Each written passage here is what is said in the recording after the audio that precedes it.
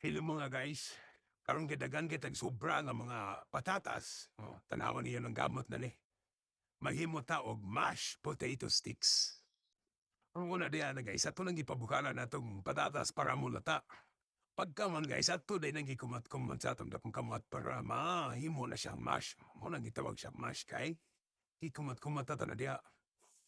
Pagka man guys, anaw na ninyo siya, pormaw na nimo diya. Imo siyang gamitan na ng kanang papel bitaw nga pang baking na sige tawag nila ni.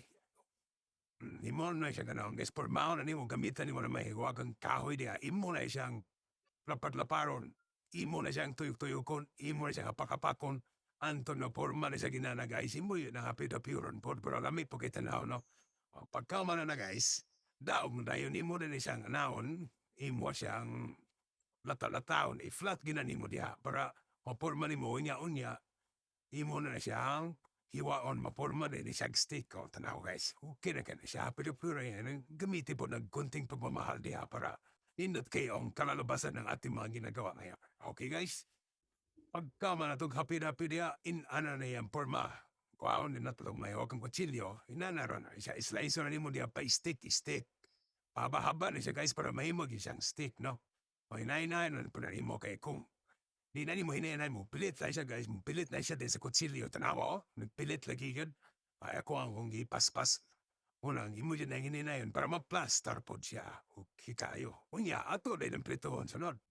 Inani yung kalalabasan guys, pag humanin mo yung maprito, o tanawa na, pigipirito diya.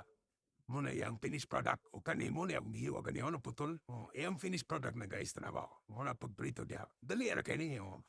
The moment of truth, ato din taga na atong first customer. Tilami daw dom, kung lami ba? Himawanin mo na guys, kung malamian siya, kaya magambak-ambak na siya. Ato na tanaw na kumambak ba? Uy, init na. Andili, na init to eh. Dap. Mm. Oo. Uy, otura, ingon lagi ko, magbag na si guys po ng lamig kaya itong ibuhat. Okay?